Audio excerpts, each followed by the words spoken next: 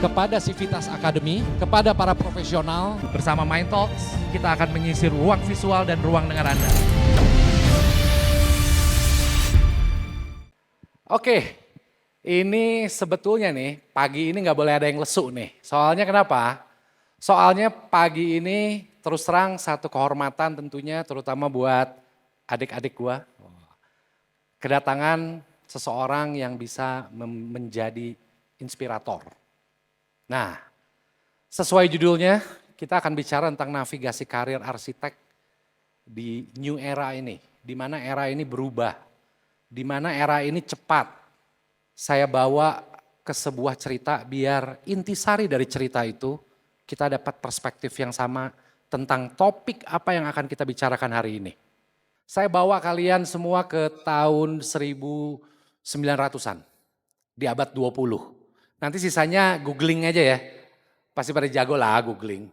Nah, ini orang, dia tuh lahir tahun 1915. Imigran dari Itali, mencoba peruntungan. Nah, ayah ibunya tuh imigran, dia ikutnya anak kecil. Sampai dengan dia umur 20, seseorang yang bernama Frank Sinatra ini, dia mencoba untuk keluar dari batas garis kemiskinan itu. Dengan dia merasa talentanya tuh bagus, nyanyi. Ya, di umur 20, hitung aja 1915 ke umur 20. Tapi saat itu banyak penolakan. Kenapa? Karena ternyata industri musik waktu itu menganggap suaranya model kayak dia nih nggak masuk.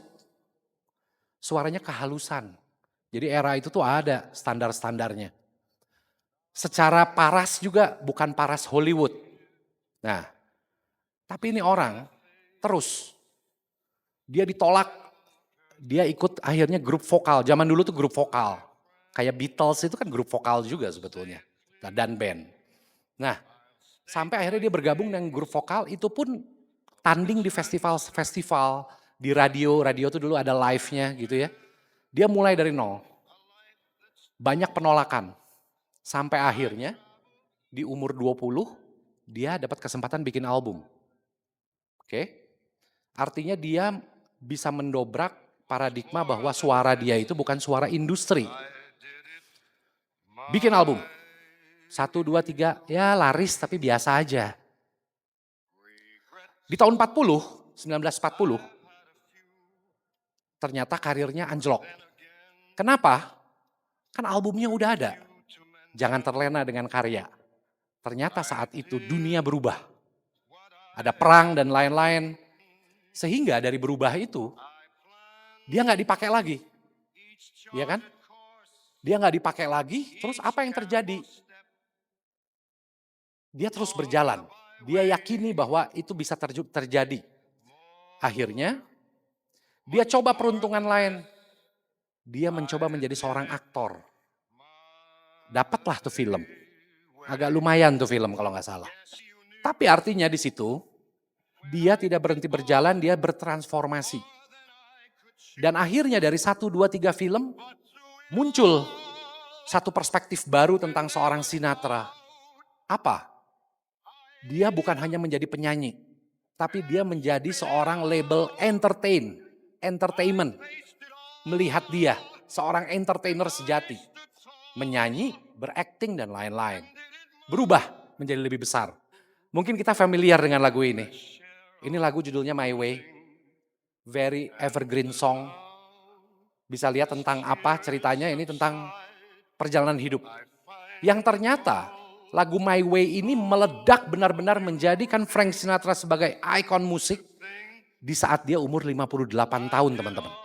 Penjualannya lebih dari 150 juta kopi. Dia di situ terus berjalan antara karirnya dengan karir musik dan karir acting. Nggak berhenti lagi di situ. Dia di tahun 90-an, dia bikin 2 album duet, aku lupa dengan siapa. Tapi itu meledak lagi di saat umurnya dia hampir 80 tahun teman-teman. Di saat generasi-generasinya dia mungkin sudah memilih step down, cooling down. Dia terus berkarya. Sampai akhirnya di konser terakhirnya, lagu penutupnya adalah judulnya The best yet is not to come. Artinya yang terbaik belum muncul. Apa yang bisa dipetik dari cerita ini, teman-teman? Ada proses transformasi yang dia berani lakukan. Ada proses adaptasi yang beliau berani lakukan. Demi ikut ke dalam perjalanan dunia, bertransformasi, beradaptasi di era sekarang ini, kayaknya harus menjadi satu mindset kita. Kita akan membicarakan bagaimana mindset seseorang itu dalam menghadapi tantangan yang ada di depan kita. Saya mau bicara sosok yang beberapa minggu ini saya dalami profilnya. Saya sama kagum. Kenapa?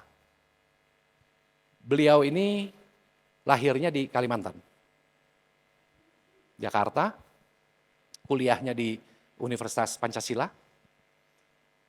Seumur sama saya angkatannya. Jadi dengan teman-teman yang lain yang beda 1-2 tahun juga ini ya di sini ya. Sama panitia beda 1-2 tahun. Semuanya. Ya. Nah, yang bikin sangat relate topik dengan hari ini, dengan transformasi adalah begitu dia lulus tahun 2004-2005, dia ini kerja di sebuah korporasi. Kalau nggak salah milik grup Kompas ya, Idea, majalah Idea. Dulu majalah arsitek gitu. Grup Kompas. Selama hampir lebih dari setengah dekade.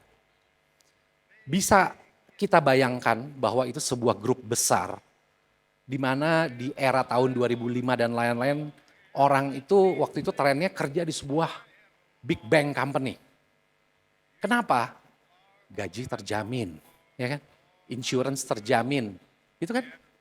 Comfort zone tuh udah ada di situ, ya kan? Bidang dia di situ di di visual, ya. Jadi artinya di situ posisi dia dapat jurnalistik, dia dapat visual, grafis dan lain-lain, gue yakini. Tapi ternyata sosok yang ini, satu ini, setelah lebih dari setengah dekade itu, dia berani merubah itu semua. Dia nekat untuk membuat satu biro arsitek. Mungkin kita yakin lah dulunya kecil-kecilan aja. Mungkin bikin rumah kecil, kerja sendiri, ngegambar sendiri, nyari material juga mungkin sendiri kali. Sampai akhirnya karya-karyanya muncul. Salah satunya mungkin yang banyak ada digital itu ada Kiri House dan lain-lain. Nanti beliau pasti akan sharing. Yang saya mau cerita adalah ada satu proses transformasi yang dia lakukan yang belum tentu semua orang sanggup. Belum tentu semua orang berani. Kenapa? Karena dari yang tadinya comfort zone menjadi tidak comfort zone, itu adalah medan yang terjal. Nah, dari situ dia mendirikan biro yang namanya Atelier Riri. Semua sekarang udah tahu. Sekarang kan semua taunya udah besarnya aja. Ya kan? Perjalanannya beliau, bagaimana membranding dirinya yang tadinya seorang Nofriansyah Yakub ini, Riri, tadinya dia di belakang kepalanya labelnya itu ada lambang perusahaannya waktu dia kerja, Kompas Group. Begitu dia sendiri, he has to make his own personality and brand untuk bisa sustain, berkelanjutan. Kenapa mesti berkelanjutan? Karena gue yakin bahwa dengan berkelanjutan, beliau akan terus bisa mencari karakternya. Bisa terus mengeluarkan ide-idenya, karya-karyanya dengan sustainable. Sampai akhirnya dari semua karyanya, beberapa majalah luar negeri meliput dan mencoba beberapa media itu sendiri menerangkan bahwa karakter arsitek Riri ini adalah dia tuh lebih ke personal. Dia lebih ke humanity, dia lebih banyak bicara sustainability dan lain-lain. Artinya adalah terlepas itu akurat tidak, apabila sebuah media merangkum seseorang, artinya itu brand udah yang sangat kuat teman-teman. Nah, ini pasti akan lebih menarik kalau yang bersangkutan langsung menceritakan getirnya hingga manisnya. Give some love buat Nofriansyah Yakub. Riri. Ya kita kasih judul more or less sebenarnya itu last minute ya. Karena kalau dari sisi saya ingin menggambarkan akan bagaimana dinamisnya Atelier berkembang. kayaknya udah di research banget nih gue nih sama Kang Indra. Tadi sebenarnya udah cukup banyak dijelaskan oleh Kang Indra soal saya. Saya mungkin coba mengelaborasi lah sedikit ya dari apa yang sudah diceritakan oleh Kang Indra. Saya mungkin mau berterima kasih dulu buat teman-teman panitia dan juga jurusan arsitektur Universitas ITENAS yang sudah mengundang saya. Terima kasih atas waktunya juga buat rekan-rekan yang udah mau hadir di sini, adik-adik mahasiswa, untuk mendengarkan presentasi saya dan cerita saya. Mungkin nanti serunya kalau udah ngobrol sama Kang Indra langsung. Jadi saya mau menceritakan pengalaman saya ya selama berkarir dari awal saya lulus sampai sekarang. Nah mungkin saya sedikit disclaimer ya teman-teman ya. Jadi sekarang tuh ada lagi heboh istilah perintis dan pewaris ya. Nah, saya ini jujur adalah perintis karena backstory dari keluarga saya, orang tua saya PNS dan kerja di bidang perpajakan. Jadi nggak ada hubungannya sama sekali sama arsitektur. Jadi benar-benar saya start from zero teman-teman. Nah, bisa dibilang perintis ya, jadi no debat ya. Saya masuk arsitektur karena kecintaan saya pada sesuatu yang kreatif, sesuatu yang inovatif gitu. Dari kecil saya senang create something new dan sesuatu yang yang punya lifestyle, ngikutin tren zaman dan nggak bisa diem gitu pokoknya saya. Berbeda sekali dengan keluarga saya yang lain dan orang tua saya.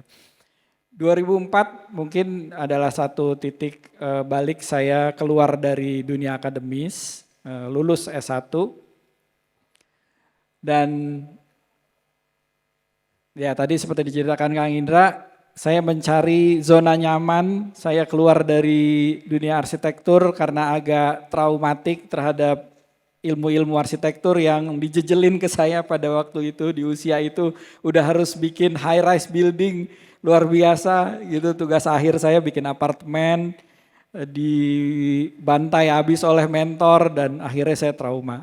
Kayaknya saya cukup deh dia terjun di dunia arsitektur sampai kuliah aja gitu. Akhirnya saya masuk media, Kompas Group. Tapi di situ media yang menerima saya nggak jauh-jauh dari industri arsitektur atau kebetulan majalah media cetak seputar rumah yang bernama majalah Idea.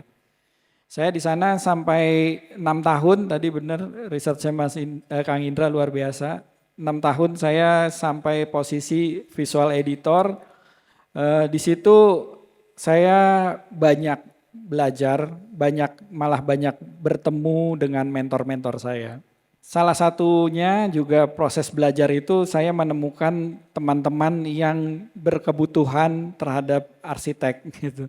Karena di situ semua kan latar belakangnya bukan arsitek ya. Dan yang berlatar belakang arsitek hanya ada beberapa segelintiran orang yang ada di majalah Idea saya waktu itu.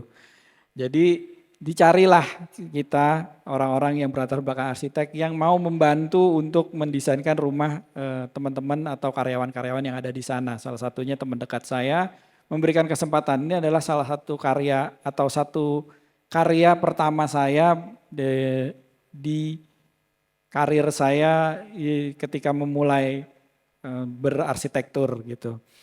Jadi ini bisa dibilang agak malpraktek ya karena saya baru lulus udah disuruh ngedesain, tapi ini renovasi kecil, rumahnya udah jadi, saya cuman memfacelift fasadnya, lalu ini juga proyek pro bono by the way.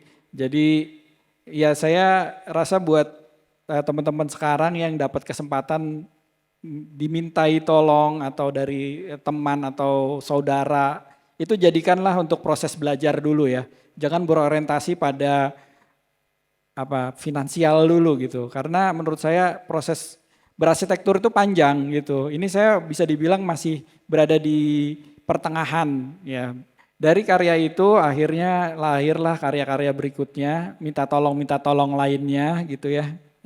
Akhirnya saya mengerjakan beberapa proyek-proyek dari teman ke teman dengan tujuan untuk membantu merealisasikan atau mewujudkan cita-citanya. Karena keterbatasan biasanya orang-orang yang punya teman, nyari teman itu karena keterbatasan nggak bisa meng-hire profesional gitu.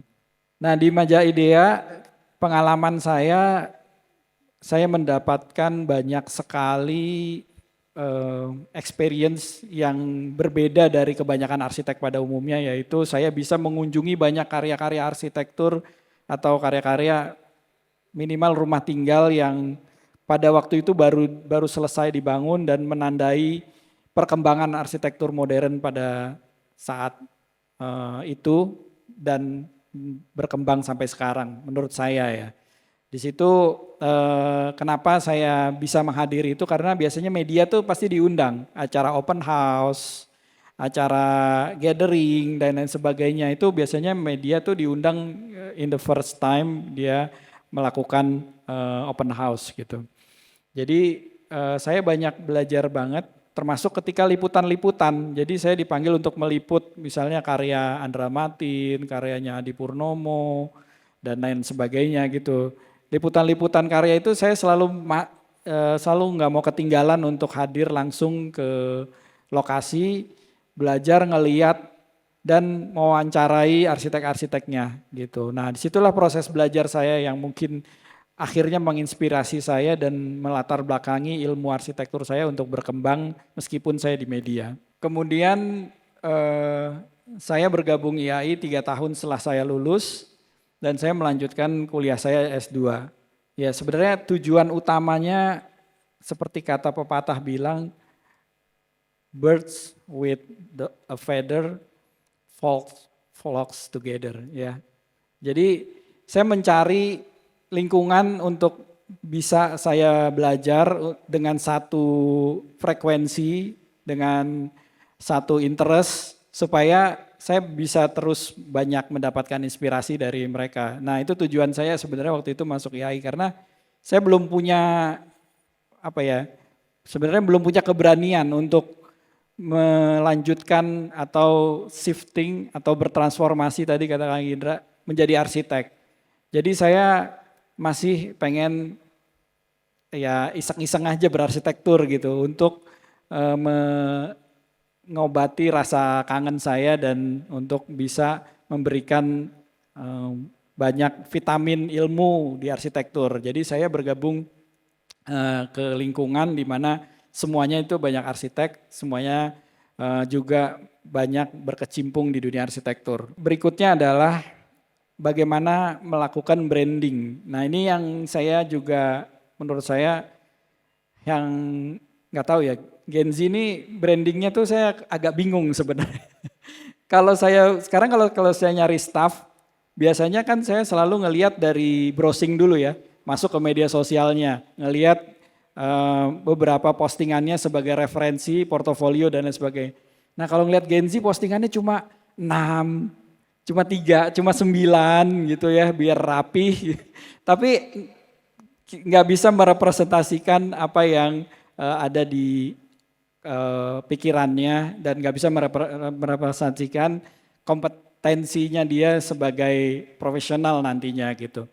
Nah buat saya mungkin di generasi saya media sosial itu adalah salah satu media untuk merepresentasikan itu. Dulu baru ada Twitter, sekarang X. Jadi kuliah S2 saya tuh selalu hasil dari makalah, jurnal dan materi-materi kuliah saya post tuh jadi cool tweet waktu itu gitu. Nah di situ saya berkenalan dengan banyak arsitek, berkenalan dengan calon-calon klien dan lain sebagainya gitu. Nah ini salah satu kegiatan saya waktu itu ketika saya masih jadi di media. Saya datang ke salah satu pameran arsitek muda Indonesia yang ya mungkin bisa dibilang ini adalah komunitas yang yang paling banyak mengubah persepsi atau paradigma berpikir arsitektur modern sekarang ya. Gitu. Jadi cita-cita saya waktu itu mulai kerasa gitu bahwa jadi arsitek itu ternyata benar-benar menjadi passion gitu. Nah di media juga datang ke beberapa lecture, kayak ini ketemu dengan Kengo Kuma, foto bersama, pameran Budi Pradono waktu itu. Jadi selalu terdepan gitu, karena di media tuh enaknya gitu. Terus kita dapat mewawancarai langsung, berkomunikasi langsung dengan narasumber. Nah ini juga satu meja bareng sama Kang Emil waktu itu ya. Kang Emil sebelum menjadi gubernur kalian ya. Itulah privilege dari bekerja di media pada waktu itu. Kita banyak bisa bertemu atau berkomunikasi langsung dan mencari atau mencuri atau mendapatkan ilmu dari orang-orang yang udah lebih dulu sukses dari kita. Nah sampai saya juga datang ke salah satu open house lebarannya seorang arsitek, mungkin kenal ya, ini namanya arsitek Ari Indra.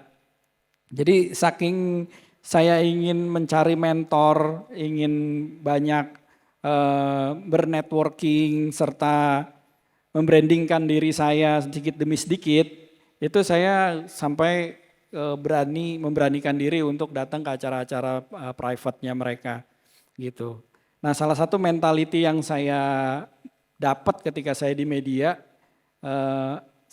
kita tuh punya satu prinsip di mana tak kenal maka tak sayang. Nah itu yang kayaknya harus saya bagikan ke banyak teman-teman arsitek, bahwa tak kenal maka tak sayang gitu. Kadang-kadang kita tuh segan, malu, canggung, dan melihat arsitek itu kesannya tuh arogan ya, bukan arogan ya, apa ya namanya, pride-nya kelihatannya tinggi gitu ya.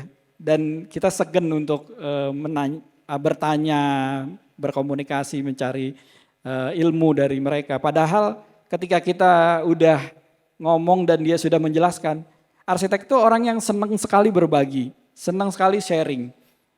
Saya yakin itu, karena apa? Ya karena arsitek itu kan kerjaannya setiap hari harus meyakinkan klien gitu. Setiap hari dia harus mempersuade orang untuk mendapatkan proyek itu. Sebenarnya mereka adalah orang-orang yang senang sharing dan berbagi. Pasti ketemu arsitek siapa aja coba deh tegur.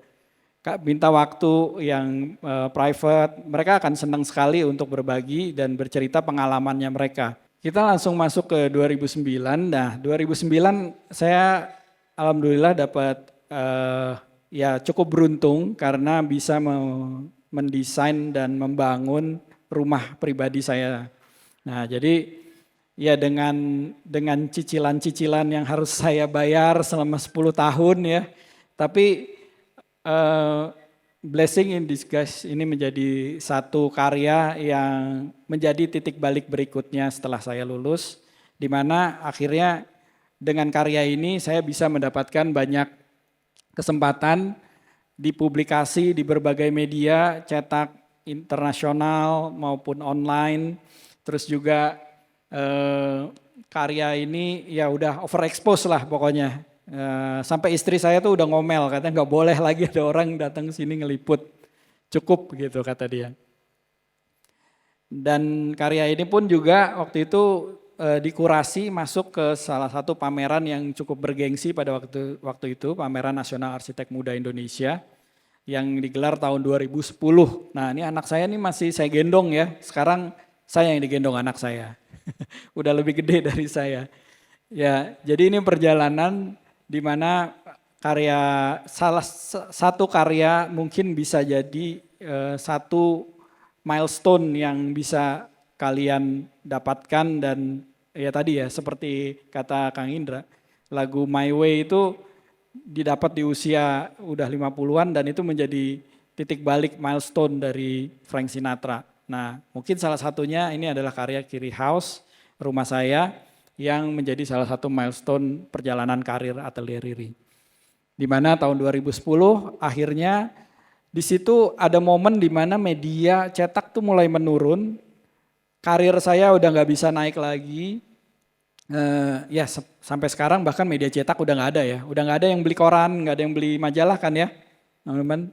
Ya di momen itu pula akhirnya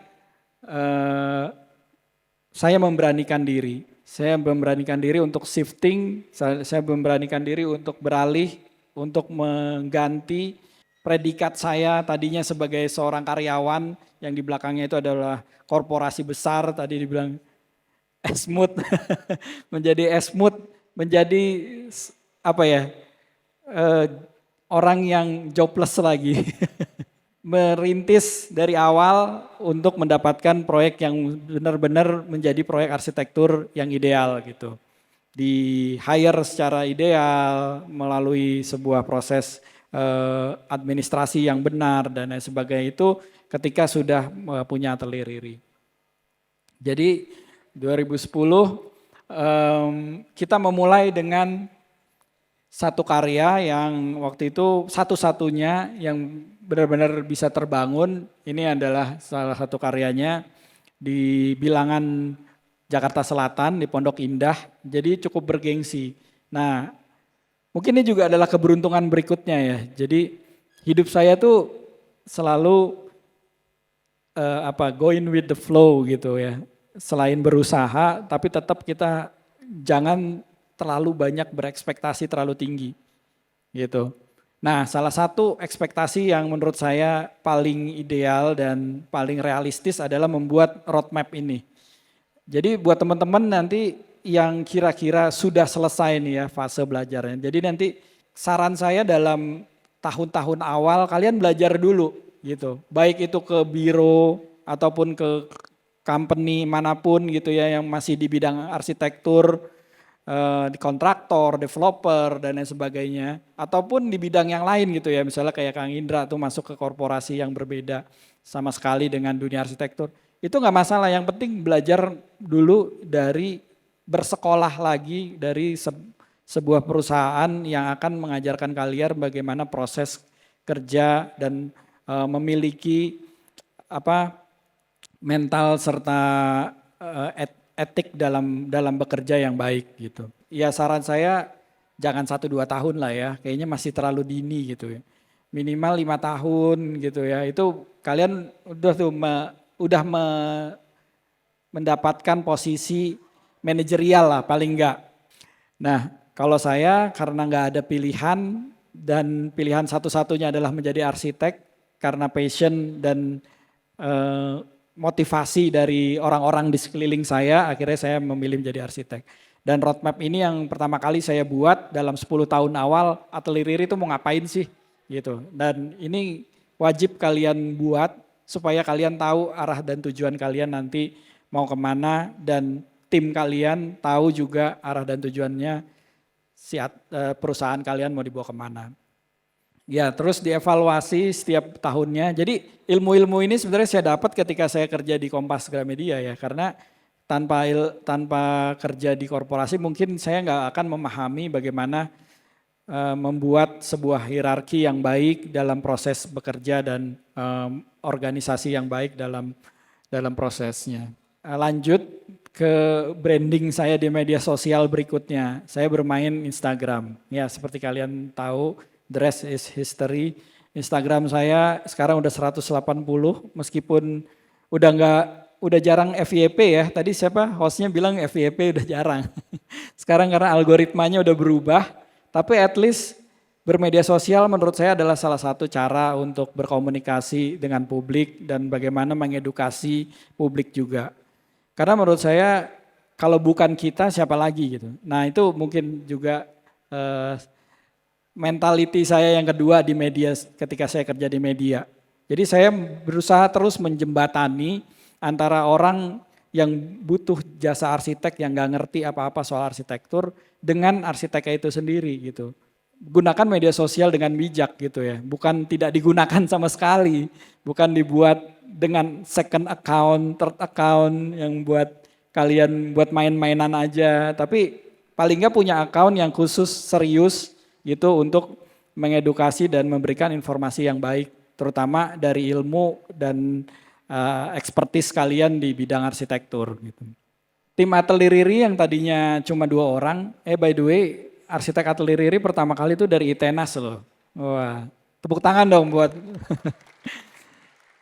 Dia dari magang sampai cuti kuliah, sampai kuliah lagi. Nah, kebetulan salah satu top of mind-nya saya gitu ya untuk cari arsitek itu dari ITENAS. Karena ya itu, karena arsitek saya yang pertama dari ITENAS dan saya tahu kualitas teman-teman di ITENAS seperti apa. Tapi sekarang sayangnya belum ada nih arsitek ITENAS. Ayo coba apply lagi. Magang dulu ya, kalau di Atelier Riri itu kalau bisa jalurnya lewat magang dulu. Ini tim Atelier Riri di 2013 sudah bertambah. Karya-karya Atelier Riri yang tadinya rumah-rumah renovasi, kemudian sekarang udah mulai masuk ke karya-karya rumah-rumah yang dibangun dari nol misalnya gitu. Dan di tahun 2013 juga akhirnya saya bertemu dengan business owner yang kemudian menurut saya menjadi peluang untuk bisa membuat Atelier Riri lebih established gitu. Jadi kebayang ya teman-teman ya, kalau misalnya kita proyek semuanya end user gitu. Jadi kita akan selalu pusing tiap tahun kira-kira kita akan dapat proyek berapa gitu. Tapi ketika arsitek udah ketemu business owner, udah ketemu B2B market misalnya gitu ya, ketemu developer dan lain sebagainya, itu bisa dibilang sebuah bironya udah lebih established daripada sebelumnya gitu. Nah, jadi mungkin tips buat teman-teman di sini ya harus juga bernetworking, nggak cuma di media sosial tapi juga dengan banyak pengusaha-pengusaha, business owner dan lain sebagainya supaya mereka tahu identitas kita dan itu menjadikan peluang buat kita sebagai arsitek. Nah, ini proyek yang menurut saya juga menarik karena ini satu proyek pertama yang menggunakan prinsip-prinsip passive cooling system ya, di mana saya mencoba untuk membuat atau memaksa klien saya untuk lebih menggunakan less energy dengan prinsip-prinsip desain yang ya mungkin teman-teman udah lebih paham lah ya di dunia kuliah. Ini menggunakan material-material yang lebih gampang dicari, yang murah, menata-nata bata gitu ya. Sebelum Andi Rahman nata bata, saya udah nata bata duluan di 2013. Membuat cooling system dengan media air sebagai swimming pool di tengah ruangan dan membuat rooftop garden untuk dibuat rainwater harvesting untuk diolah kembali. Dan proyek ini juga terakhir masuk ke Mark Magazine dari Belanda dan ya bersyukur juga karena hanya sebagian arsitek dari Asia yang bisa masuk media Mark Magazine ini. Nah, selain itu mungkin teman-teman juga bisa browsing ya Atelier Riri di di Ars Daily ya. Mungkin teman-teman di sini kalau nyari referensi kan pasti langsung browsing ya di Ars Daily dan lain sebagainya. Tapi ini karya-karya kita udah karya-karya lama dan dari karya-karya lain yang tadi kita buat lahirlah karya-karya berikutnya dengan konteks-konteks yang berbeda, dengan pendekatan desain yang terus kita coba eksplorasi. Termasuk juga akhirnya dari project business owner atau B2B market yang kita miliki dengan salah satu butik developer, lahirlah karya-karya komersial lainnya, akhirnya memberikan statement bahwa Atelier Riri salah satu spesialisasi rumah dan housing. Next ke 2018 kita mengeluarkan buku. Yang pertama yang kita beri nama Design for Life. Nah, buku itu juga salah satu tools kami untuk membranding diri, untuk memberikan lebih luas lagi menceritakan karya-karya kita. Ya, ini beberapa project tipikal dari rumah-rumah yang biasa kita kerjakan, yang sudah kita kerjakan. Dan ada sebagian sebenarnya di luar rumah tinggal yang menjadi kesempatan atau peluang-peluang yang kita dapatkan selama 8 tahun di Atelier Riri. Ini beberapa eksplorasi material detail yang kita banyak eksplor di berbagai macam proyek. Jadi kita selalu mencoba untuk mencari terus bagaimana pendekatan arsitektur itu bisa lebih kontekstual dan bisa lebih eksploratif terhadap perkembangan. Jadi ini project office yang kita rancang di bilangan daerah Jakarta Selatan. Jadi ini adalah office dari developer yang biasa meng-hire kita as partnernya mereka. Ya, sebenarnya prinsip-prinsip sederhana yang coba kita elaborasi ke dalam detail-detail bangunan, tetap kita coba mencari narasi-narasi yang bisa kita pakai untuk mendesain setiap project di konteks project-project yang berbeda-beda. Ini salah satu detail menggunakan rotan sintetik sebagai second skin yang coba kita olah untuk merespon sunpad, di mana bisa sekaligus mereduce visual dari luar ke dalam. Dalamnya pun juga seperti itu, kantornya dibuat casual, nggak terlalu formal, tapi juga dengan permainan warna, permainan aksen, permainan lighting, serta bagaimana hubungan terhadap arsitektur dengan orang yang akan beraktivitas di dalamnya.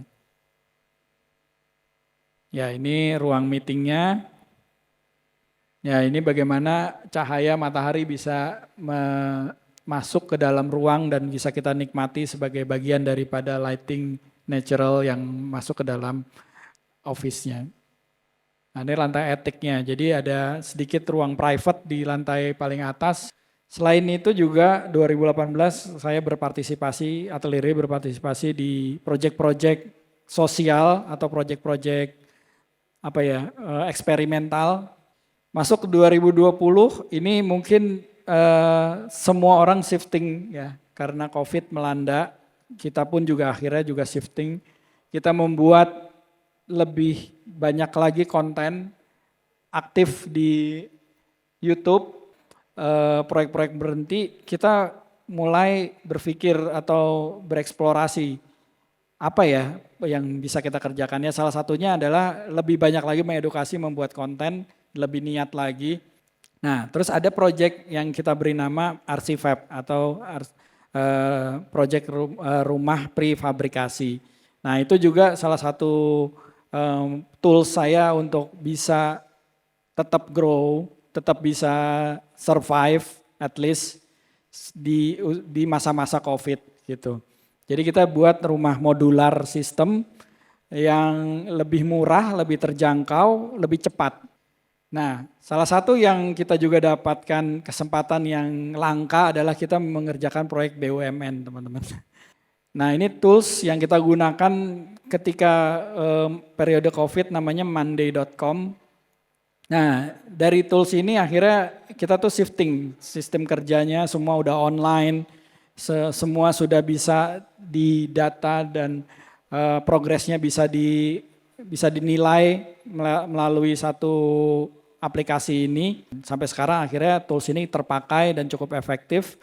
Atelier sekarang juga sudah banyak terasosiat dengan beberapa rekan-rekan arsitek di luar, berkolaborasi bersama, ya toolsnya ini menggunakan monday.com. YouTube-nya Atelier, tolong ya di subscribe ya teman-teman ya.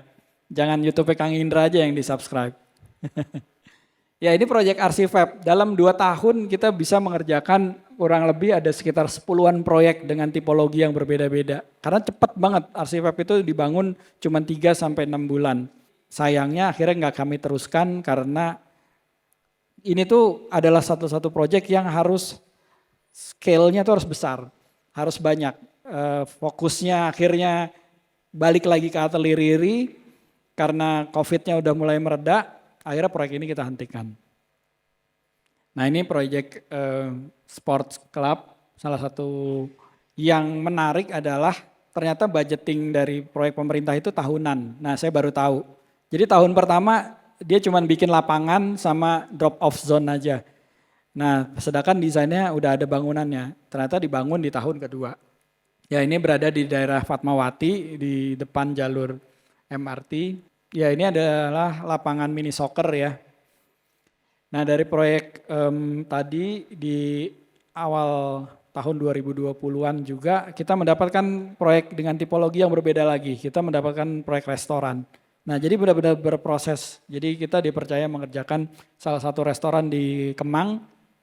Tapi sekarang restorannya juga udah tutup karena udah jadi lapangan padel gitu. Semua terpadel-padel. Jadi ini era-era saya merasa dengan Atelier harus banyak bernetworking lagi dengan industri yang berbeda, dengan kreatif industri yang berbeda. Dan salah satunya adalah waktu itu kita bikin buku bersama 3 orang kreatif industri dari fotografi dan desainer grafis. Nah Ini dia kolaborasi kita membuat satu buku yang mungkin teman-teman bisa dapatin bukunya kalau kontak Atelier Riri ya, karena nggak dijual di, mungkin bajakannya ada kali di Tokopedia ya, tapi jangan beli bajakan ya teman-teman ya.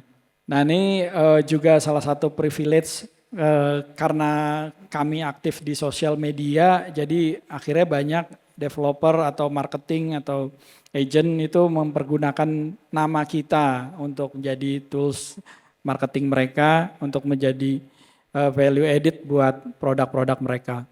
Nah di tahun 2024 kami memberanikan diri membuat exhibition di Tokyo, di Jepang.